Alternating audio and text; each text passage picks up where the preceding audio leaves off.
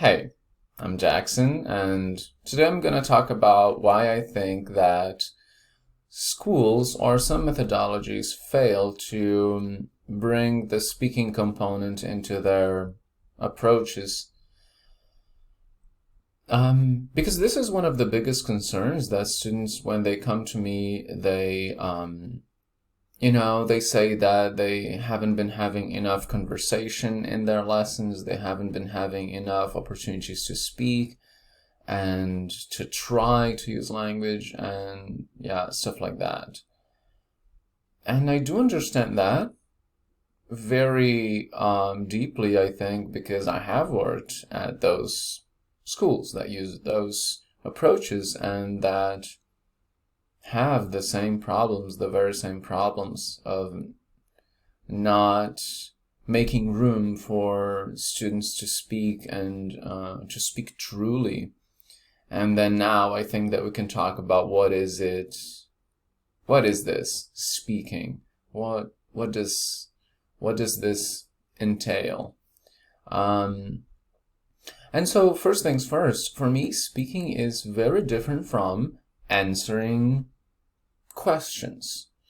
Answering a question is one component of speaking, probably, yeah, definitely. But just answering questions is not speaking. Repeating is not speaking at all. You can use repetition in your speaking if you're trying to emphasize something, or if you picked it up from the other person and then you're repeating it in your own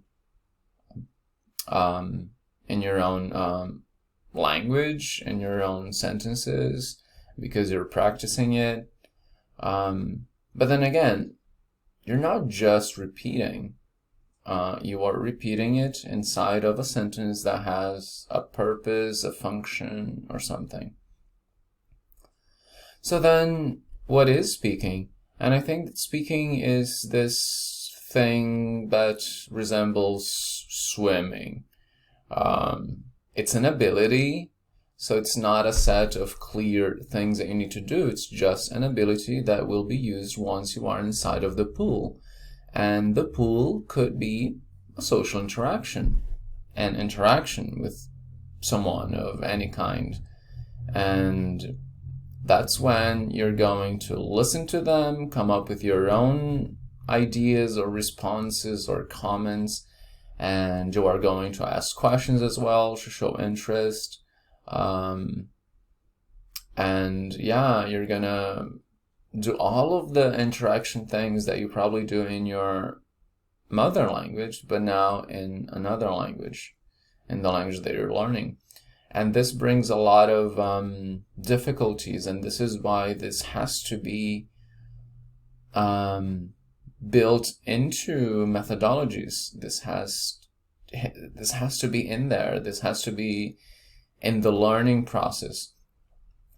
Because let's say that you go to school and then you learn a bunch of things, cool, a bunch of new words and expressions and sentences, and you answer a bunch of questions and you do really well at it.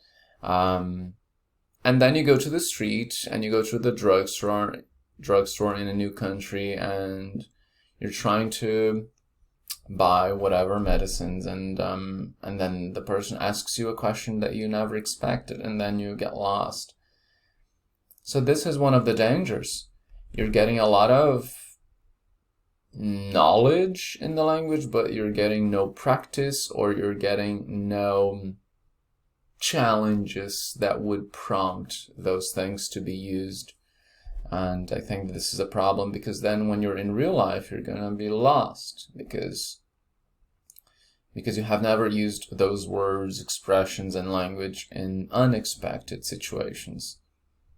And interaction is unexpected. You never know what the other person is going to say.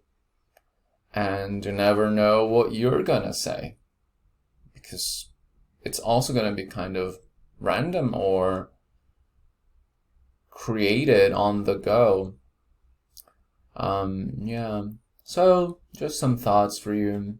today I felt like just coming here with a yellow light and talking about this. Thank you. See you.